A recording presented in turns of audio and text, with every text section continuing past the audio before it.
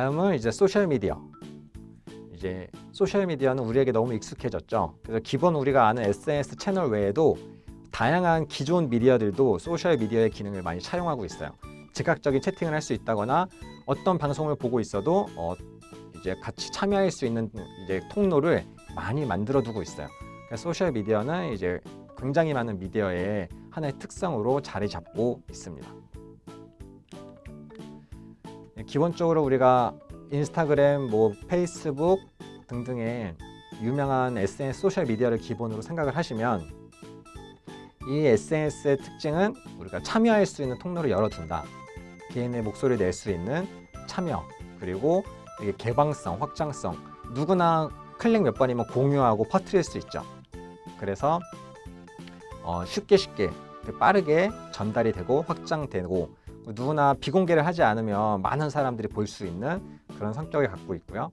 그리고 되게 연결하고 소통하는, 누군가 쉽게 대화하고 굉장히 먼 사람들과도 쉽게 연결이 되는 그런 특성을 갖고 있어요.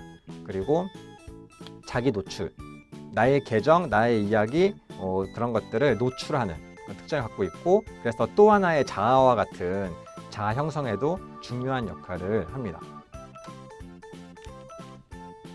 하지만 아까 말씀드린 그 자기 노출의 역할에서 그것이 과해지고 또 다른 사람이 나쁘게 이용하면서 사생활 노출이 문제가 되고 있어요. 그래서 어느 순간 정체모를 문자들이 오고 그런 걸 통해서 피해를 보고 또 사기 범죄의 대상이 되기도 하고, 그런 면에서 되게 사생활 노출이 큰 문제가 되고 있고요. 그리고 내가 SNS를 처음에는 즐겁게 했지만 하는 동안에 내가 피로감을 느끼고 또 다양한 사람 사이에 마찰이 생기고 이러다 보면 우울증을 낳기도 해요.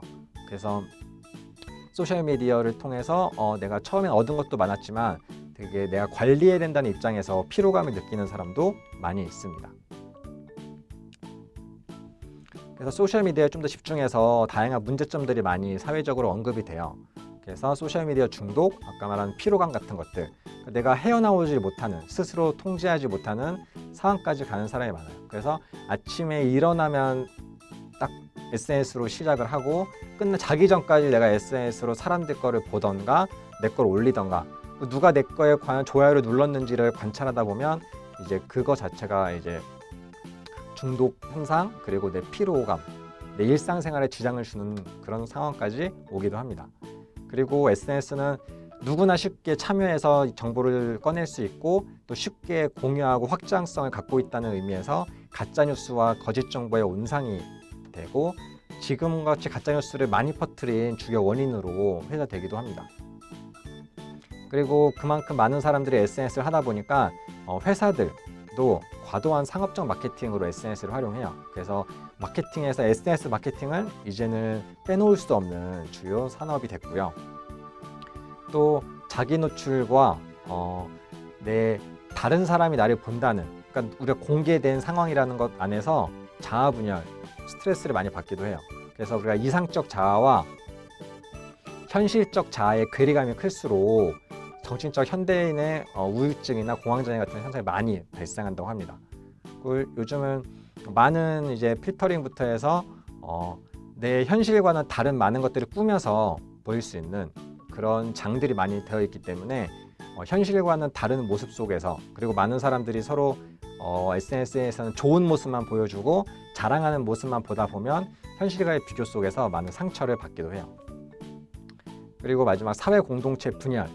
그래서 우리가 실제로 옛날에는 많은 사람들이 만나서 눈을 보고 이야기하고 대화를 했다면 우리가 SNS를 통해서 이게 핸드폰과 문자로 대화를 하다 보니 실제적인 친밀한 우리의 따뜻한 관계가 많이 손상이 되었다라는 이야기를 많이 합니다. 제가 물음표를 담긴 했죠. 그래서 한때는 스마트폰을 잠깐 쉬자, 스마트폰을 내려놓고 하늘을 보자, 주변 이웃들을 보자, 이런 캠페인을 많이 하기도 했었어요. 잠깐 우리가 스마트폰 중독에서 내려놓자, SNS 중독에서 내려놓자, 이런 이야기를 많이 했었는데 지금과 같은, 지금 코로나 바이러스와 같은 많은 상황에서는 또 이런 식의 광고도 많이 하고 있어요. 지금 사회적 거리두기가 많이 활성화가 되어 있는데 사회적으로 거리 둔다는 게 모든 관계를 차단하는 건 아니고 좀 물리적으로 멀리하라는 의미이기 때문에 실제로 이제 서울시에서 내놓은 광고 캠페인인데 지인과는 전화나 SNS로 소통을 해라. 그래서 앞에와는 논조가 조금 많이 다르죠.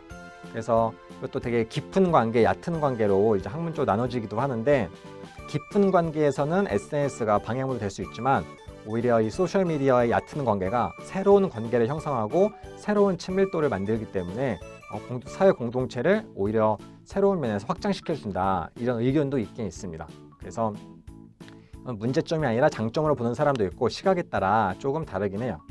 그래서 어떤 연구 논문에서도 실제로 우리가 어떤 사람을 추천하거나 뭐 소개팅 추천, 직장 추천을 하고 이럴 때는 너무 가까운 내 깊은 관계보다는 이렇게 다리다리 건너서 아는 그런 얕은 관계의 소셜미디어 관계들이 더 유용하게 효과적으로 발휘가 될 때가 있다라고 합니다.